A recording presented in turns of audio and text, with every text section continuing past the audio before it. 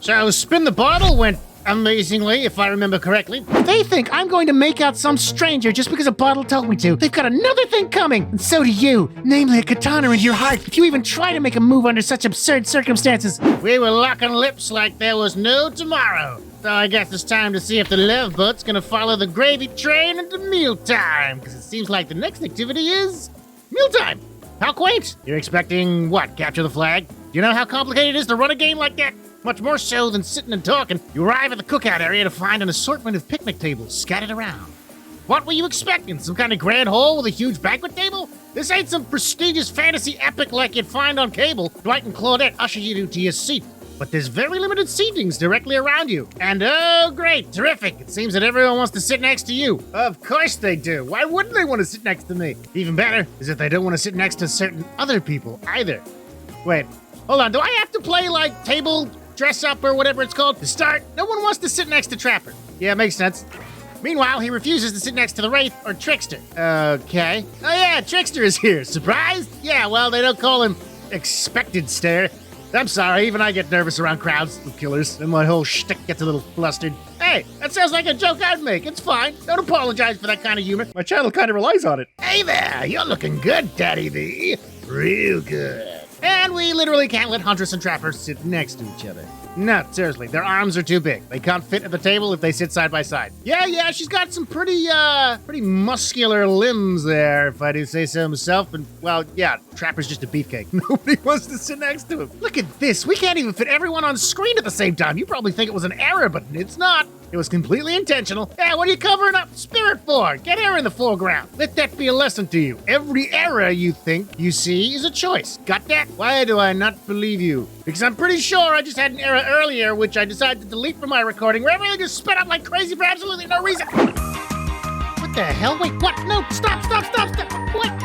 I'm not doing this. Why is it not stopping? Is that a choice? Okay, Dwight and Claudette are directing traffic. You sit on one side, the rest of them will sit opposite you. Huntress and Trapper consider the ends with their enormous sexy arms. Now that everyone is seated, we can begin dinner. Tonight's meal was prepared slowly and carefully with both love and hate for 12 hours over a spit. Why'd I make her sound like Mickey? Screw it, she sounds like Mickey now. We hope you all enjoy. We really, really hope you do. Hey, you didn't actually tell us what you're serving. What are we eating? It's meat. Ah, yes, you can't have food without meat, is what I always say. Seasoned with a specific number of special herbs and spices that we simply can't divulge. Are we having KFC? I love KFC. KFC's delicious. My favorite. Meat is so good. Meat is murder. Okay, yeah, there's always one. Which you'd know, considering what you've been up to. Who are you to get judgy now? Yeah, right? I'm with her. Screw you, Wraith. I'm just sharing facts. You need to murder something to eat its meat, so that's like technically true. No, don't you try to guilt trip us. Technically true is the best kind of true. Yeah, I feel like you seem to get off on a lot of technicalities there, and I'm not saying that in the fun way. Or maybe I do mean the fun way. Who knows with you? I'm not sure. Okay, enough yapping. Let's eat. Hey, Daddy V, you thinking what I'm thinking? I have no idea what the hell you're thinking, but since you're my subconscious, or my conscience, I'm pretty sure you are thinking what I'm thinking, if that makes any sense. I don't know. It's gonna be a person on that spit, right? Aw, crap, it is. Or several pots of overlapping people, perhaps.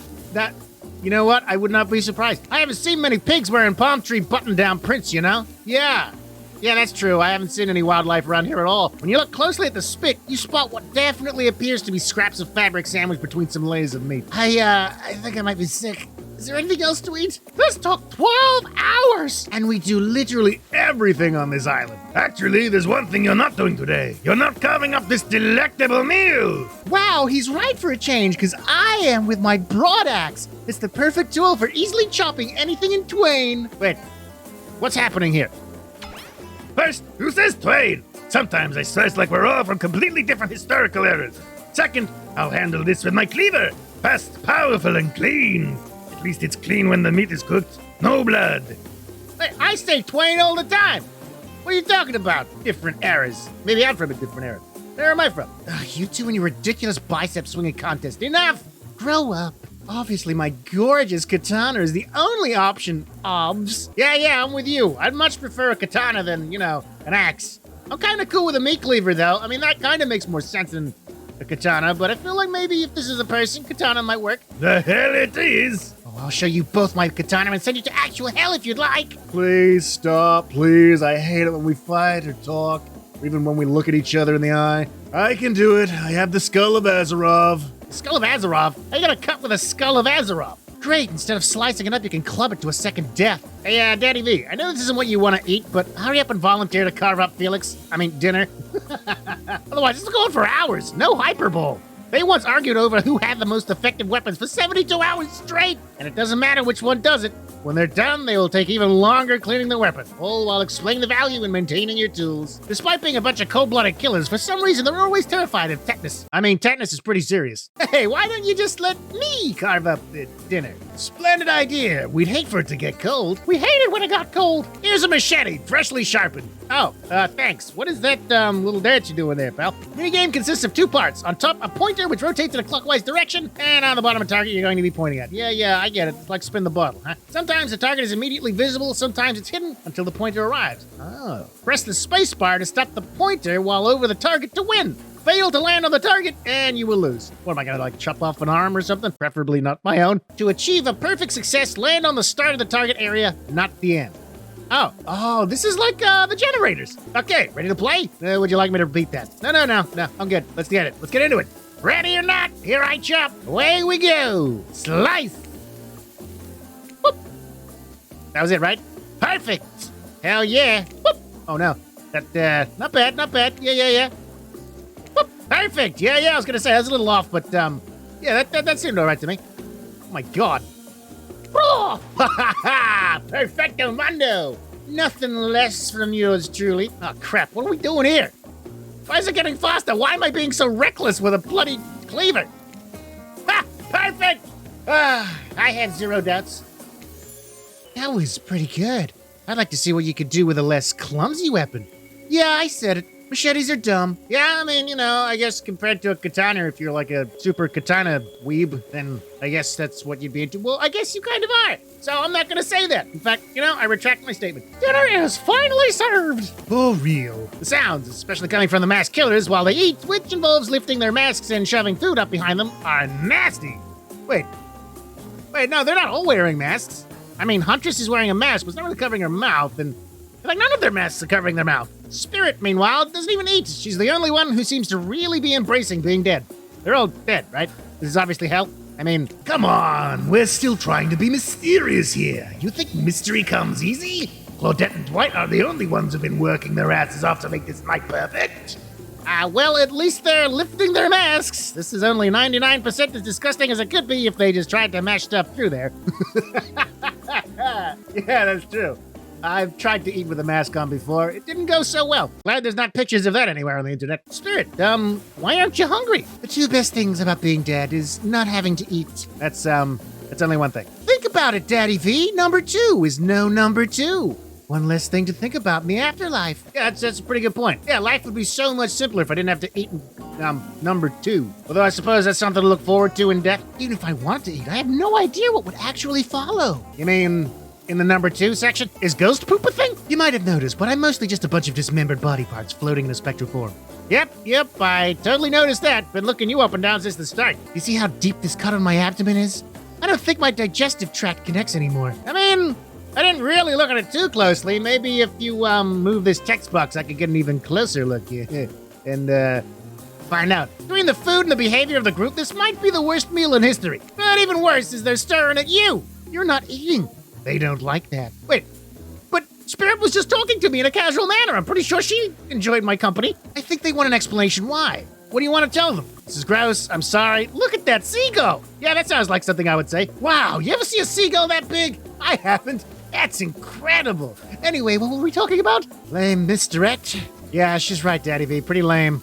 Own who you are. Never compromise. What do you mean own who I am? That is who I am. I like seagulls. Didn't you wash up on this island with no memory of who you are and how you got here? Yeah? Yes, you did, poor thing. You have no idea the last time you ate a real meal, and you've been standing in the sun. But the seagull. Uh-oh. He just made a lot of good points. Did he? I swear! You're beginning to feel lightheaded. It waved at me. Maybe you need to eat to survive here. Either that or someone poisoned you. But I didn't eat. How could I be poisoned if I didn't eat? No, wait, you haven't eaten, so you can't be poisoned. Yeah, exactly, right? Whatever the answer, you're clearly about to pass out. Ah, crap. Oh, hey, it's me again. Your friend, mentor, and guy. Narrator to the narrator, the ocean. Not sure how I feel about the characterization, but I'll allow it. I brought you here, and I might be the only one who can help you now. There's only one thing you must do to survive. You have to figure out why you're really here. No one can tell you, not unless you follow the right path, or at least a right path. There's too many of those to count. Hopefully you pick at least one of them. How could I not? Because there are even more wrong paths. Many of them lead to your demise. Others lead to something worse. Starting scenes over and having to fast forward back to where you were, am I right? Yeah, wait, is this a callback to what I did with the ice cream? This place holds many secrets, even from itself. But the one that truly matters can only be learned if you answer the most important question. Which is... Why are you here? I don't know. 42? Answer that, and you learn the truth. I think I've been trying to answer that for the majority of my life, but okay. I'm sure I can figure that out in just a couple of minutes. The ultimate truth. Vague, mysterious. I gotta get back to this ocean character. That's some quality early game storytelling. Hold on, I'm back. One more piece of advice. You've made many choices by now. Some of them I liked, some of them I did not. It's in your best interest to make more choices that I like. How am I supposed to know? What? How am I supposed to know what you like? What am I, supposed to be a mind reader of the ocean? Do you even have a mind? You wake up to find Spirit holding your limp body, gingerly pouring cool water into your mouth. Ah, Spirit. Oh, how I hope you're naked. Don't you just love the ocean at night? I do. Staring out over the vast darkness of the ocean really validates the feelings inside me that we're all truly insignificant, and the only thing worth pursuing is revenge! I have to wonder, how could anyone believe anything else? You look out into the darkness of night and ponder her question. Yeah, there's a lot of things to take in there. Well, it's a simple question. How could they? How could anyone not feel small and alone in the face of such massive nothingness? You've always been alone? You found someone special. What the hell is this choice? Wait. I just noticed I can make bongos play! Ah, yeah, now I'm the bongo cat. Right, hold on, I'm recording a video. You've always been alone, you found someone special. Yeah, you've always been alone. Maybe it's Spirit's words, maybe it's the ocean, or maybe it has always been this way, but you suddenly feel connected to Spirit's words. I may not remember much about my life before, but there's one thing I know to be true. I've always been alone, and I always will be alone. Spirit has turned from looking at the ocean, and is looking directly at you now. Oh, look at those big, beautiful green eyes. It's a funny idea, isn't it? Being alone? Together? Whoa, I think I picked the right choice on this one. It's the best we can hope for. Maybe. Or maybe it's too much to hope for.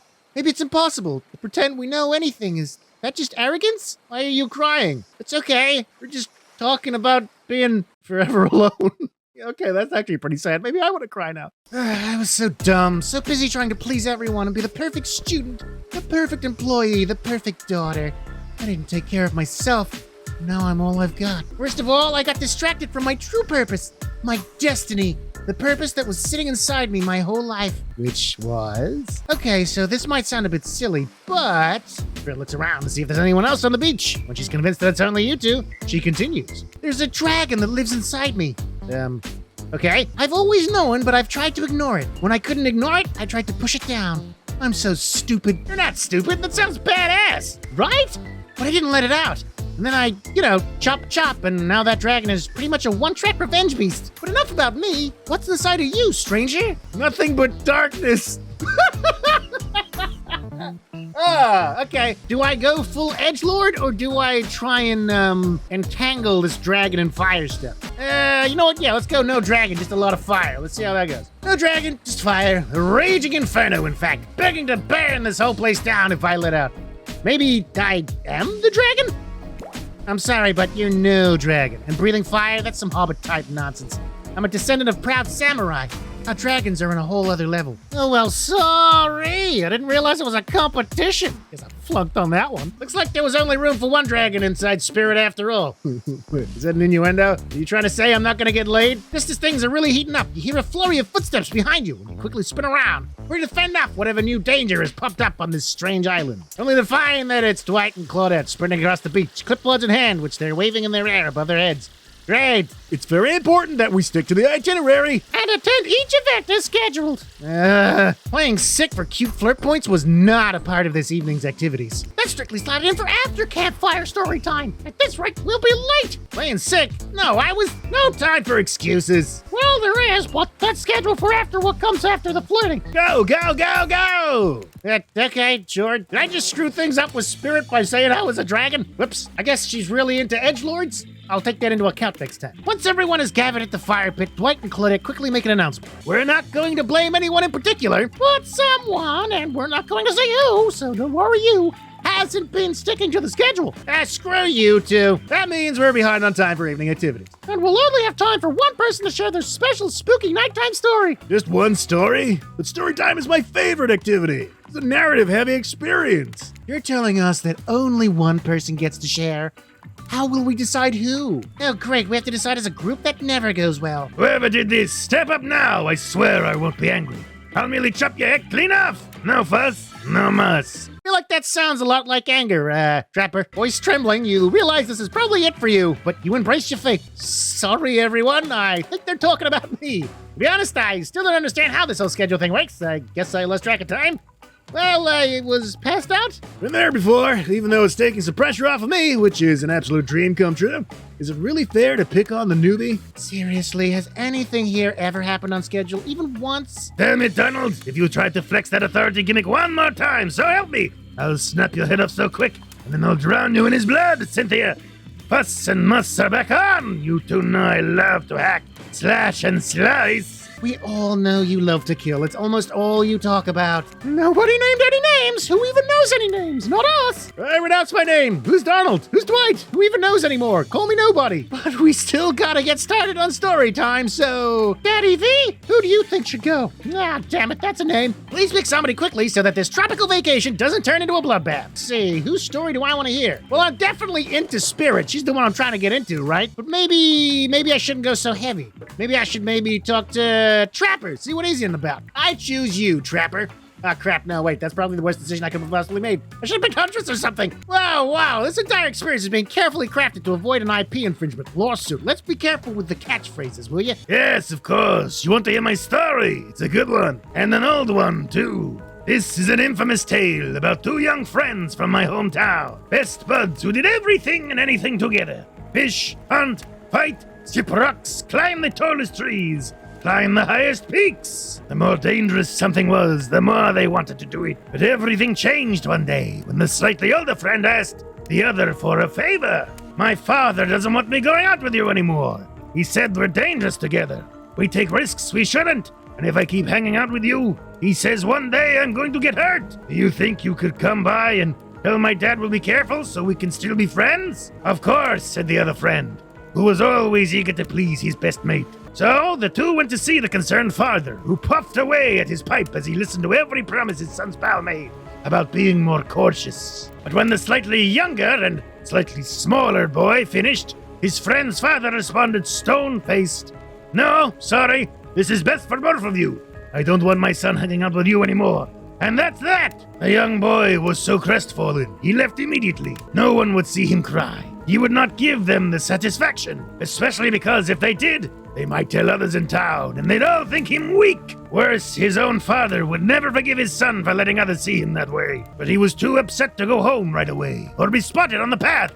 So instead, he set out inside his friend's house in the little hiding spot they had often sat in during rainstorms, or when they didn't want anyone to see them trading interesting rocks they dug up. You guys traded rocks? I used to trade cards, but I guess maybe cards weren't a thing back in your day? It was quiet as he stifled his own tears. And that's when he heard it. A sound, an odor wafting alongside the pipe smoke carried on the dark winds. Betrayal. Thanks, Dad. I didn't want to hang out with him anymore, but I didn't want to tell him that. He'd be a big baby about it. It's okay, I get it. Don't blame you at all either. He's soft and needy. You need strong friends. Someday you really would have ended up getting hurt because of him.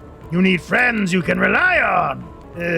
Trapper looks angry. The muffled tears stopped, and the hiding spot that had been a pit of sadness now overflowed with rage. The boy went home. If anyone passed him on the path, all they saw was determination. That night, he spoke to no one. He ate no dinner. He slept no sleep. The next day, he got up early and sat near the tallest tree in the woods by his former friend's house. It was the one tree no kid in town had ever conquered. Its top remained untouched. He remained there till dark, before he finally went home. He did this for 8 days. On the 9th, his old mate finally passed by. "Hey, what are you doing here?" asked Judas. "Nothing. Out hunting squirrels and sat down to eat his apple," lied the younger boy. "Oh, yeah, sure. I hope you're okay. I can't believe my dad did that. It's so unfair." "Yes, it was truly unthinkable," answered the boy, through a smile that carried no warmth. "Yeah, well, okay, I'll see you around." But before the betrayer could leave, his old friend called out to him. "I'm going to climb this tree," he said. "I'm going to make it to the top." "The hell you are. No one can do that. And they definitely can't do it by themselves." He had him. "I can, and I will. I understand why you can't, though. Your dad said you're afraid you'll get hurt." "I'm not afraid. He's afraid," replied the friend, now seething with shame and with his own rage. "Oh, forget what my dumb old father said. I'll do it with you. You'll see. I'm not afraid." And so the two climbed and climbed, each making it higher than they ever had before. And they continued to climb. But whether they would have reached the top will never be known. Because the turncoat, the boy who had made his father lie for him, fell before he could make it all the way up. Some say it was no accident, that his old chum pushed him. But how could he? He was the weak one after all. Of course, such a weak child could never send his best friend to his death. This was an accident. Tragic for sure, but nothing more. Of course. Is this his tale? Was he betrayed and pushed out of a tree? A month later, no one could explain how the dead boy's father choked to death on his own pipe. Wait, what? Yeah, definitely a good call on staying quiet after that. Silence really is best at a time like this. Shit! What about you, Daddy V? What did you think of my tale? Now that's a story! Wow! Yeah, that was, were you the boy in that story? What a stupid question! On that note, everyone decides it's time to take a break and split up for a little bit so that they can all have a moment alone before bed. I'm guessing that was the wrong thing to ask. So much for no stupid questions. Everyone leaves, and you're alone by the fire. The only thing you hear is the ocean slowly lapping against the shore. This is nice. A true moment of peace and tranquility that lasts for all of 7 seconds because Trickster shows up and he's blaring his latest song. "Hey, baby! You look lonely. Mind if I join you?" He doesn't wait for an answer. "I know you've been hearing from these guppies all day, but I want you to hear something from a big fish like me. Something special those in charge of this island don't want you to hear. I am the ultimate catch on this island, the only lobster in an ocean of sardines. No one can give you what I can. You just have to find me. Come find me, baby." Trickster leaves. You're a bit confused about what to make of his cryptic clues. You're not going to get any time to yourself to think about them just yet. Yeah, no, that seems a little weird and forthcoming. I'm the best. I'm the bravest. Come check me out. Yeah, whatever. I'm the only one with a big enough ego you should be stroking around here. Trapper approaches you. Oh boy, what have I done? Finally, those dweebs are gone. Now that I know we're totally alone, we can really talk. But let's get away from this ash and smoke and take a dip in the pool. Whether it's water, sweat, or my enemy's blood, I prefer my muscles glistening and not dried. A dip in the pool with a trapper. You've come a long way in a single day. I'm not saying you shouldn't follow him. An offer like that, just don't forget our little talk. Did I ruin you? Well, what did I do to you, Ocean? What have I done? Did I crap myself while I was floating unconscious in your waters or something? Why do you hate me? I guess I'll never find out. Or maybe I will. Find out next time as we take a dip in the pool with the Trapper. I really should have gone with the spirit. Subscribe! I did, and it was fun! I want to do it again! Oops, I unsubscribed. Don't do that! Revert! Abort!